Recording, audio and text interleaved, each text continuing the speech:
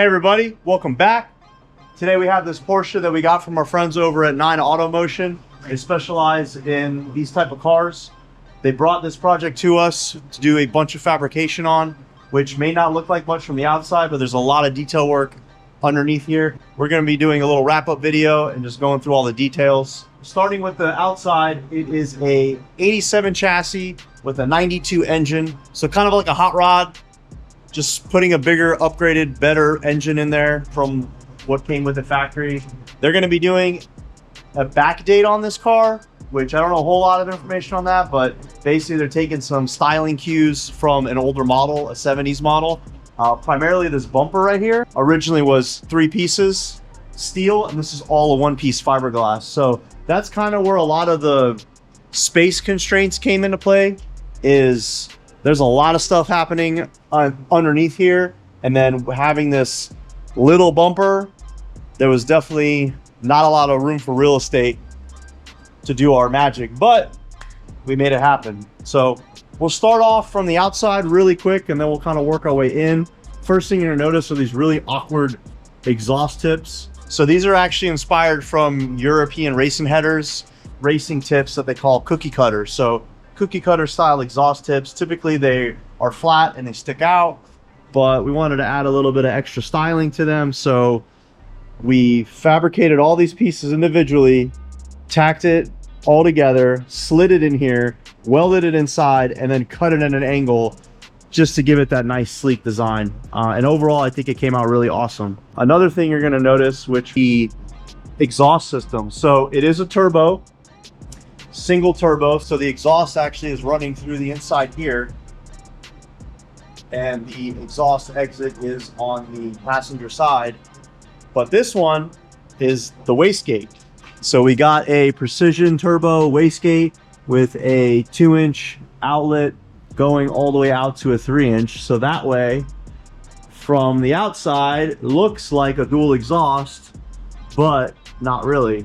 And also another cool little addition that we did to it is this jelly bean muffler, as they call it, that we sectioned.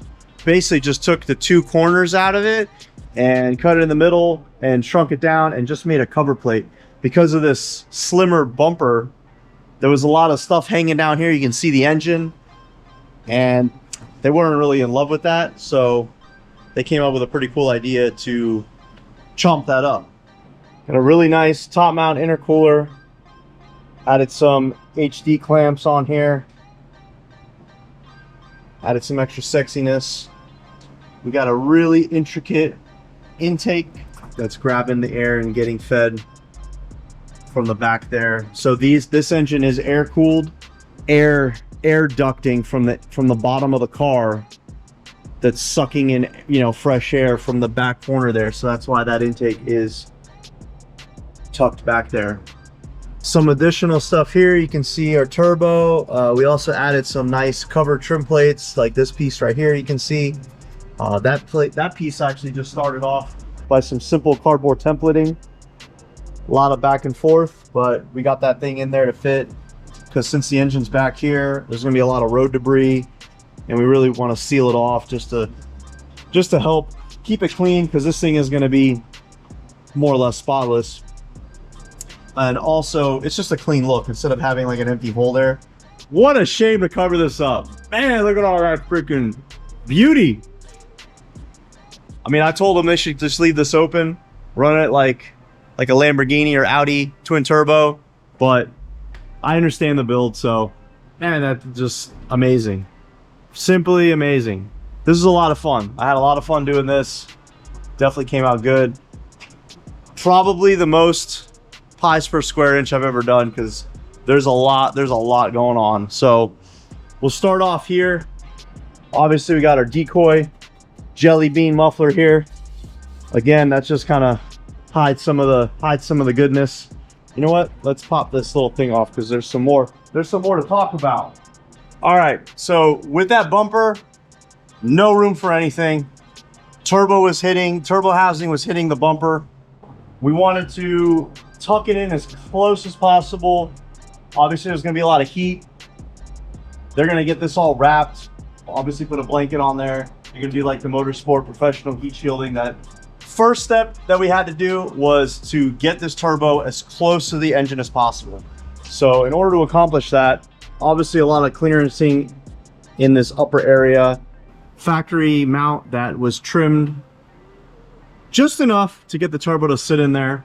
And then a nice trick that we did was the turbo came with a T4 flange. Obviously this manifold that came with the car had had provisions for the T4, actually it's for the T3, excuse me. I knew we weren't going to be able to do anything special with that. So we got a V-band housing and then adapted the T3 to a nice V-band. And by doing that, we were able to basically create a pie out of some really, really thick stainless, because you don't want to use anything regular. You're not going to use 16 gauge or anything like that, because that's just not going to hold the abuse. This area gets a lot of heat, rightfully so, because that's where all the magic happens in the turbo. We use like a thick schedule 3/8 or maybe even quarter, something like that. And we basically made a pie. We made a little pie cut, got it up and tight, as close to the engine as possible. Not good enough clearance away from the bumper in order to make everything happy. And from then we built a really sick stainless pie cut exhaust system.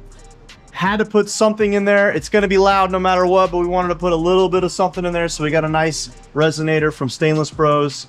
Hopefully that brings down a lot of the noise, a lot of the drone, but again, it's just the nature of this beast, how it's going to be.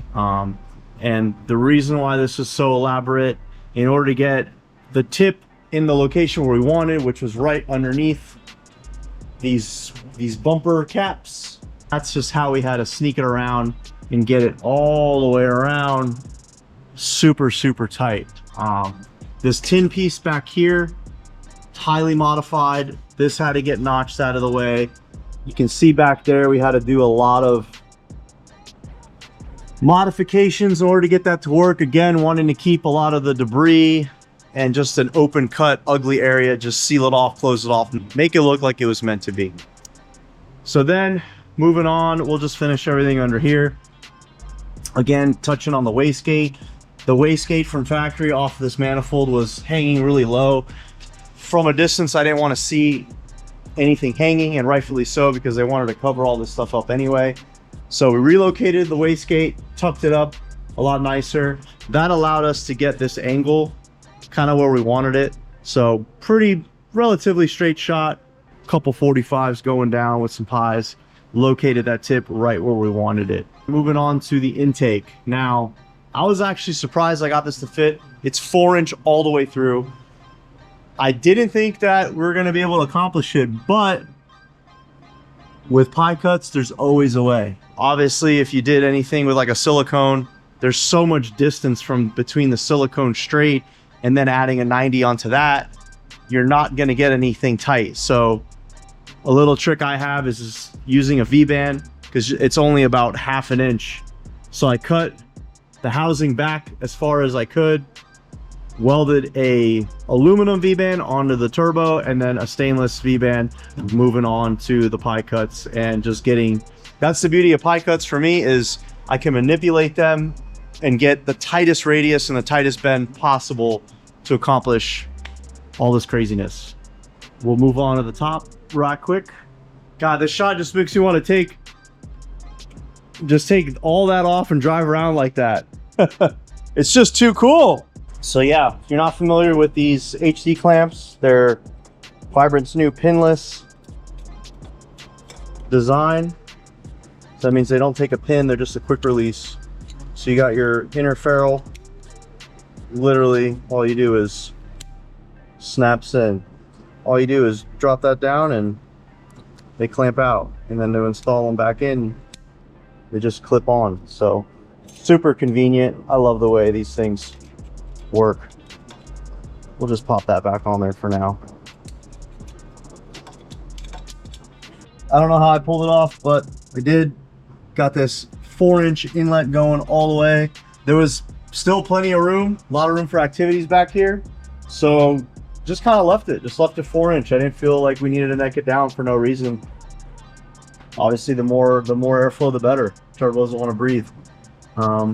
Got some stainless brackets holding this thing on real tight, and then the V-band down there holding it in place, and then just a nice HD clamp to tie it all together.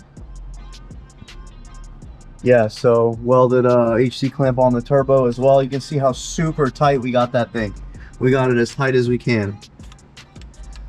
Rightfully so. It's a beautiful car.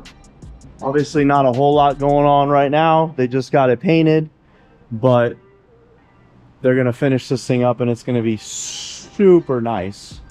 Super nice. I mean, that's just a beautiful color. It'll look even better out in the sunlight. All right, well, I think that about wraps it up. Hope you guys enjoyed. So if you guys have any questions, feel free to drop them down in the comments below. Super excited to get this car back over to 9 Auto Motion. Let those guys do their thing, finish this thing up. I want to hear this thing. I can't wait to see it dyno, make some power, do some pulls. Really just the sound. I think it's going to sound so cool. And just want to see it going and driving. So again, thank you guys for watching. Hope you enjoyed. We'll see you on the next one.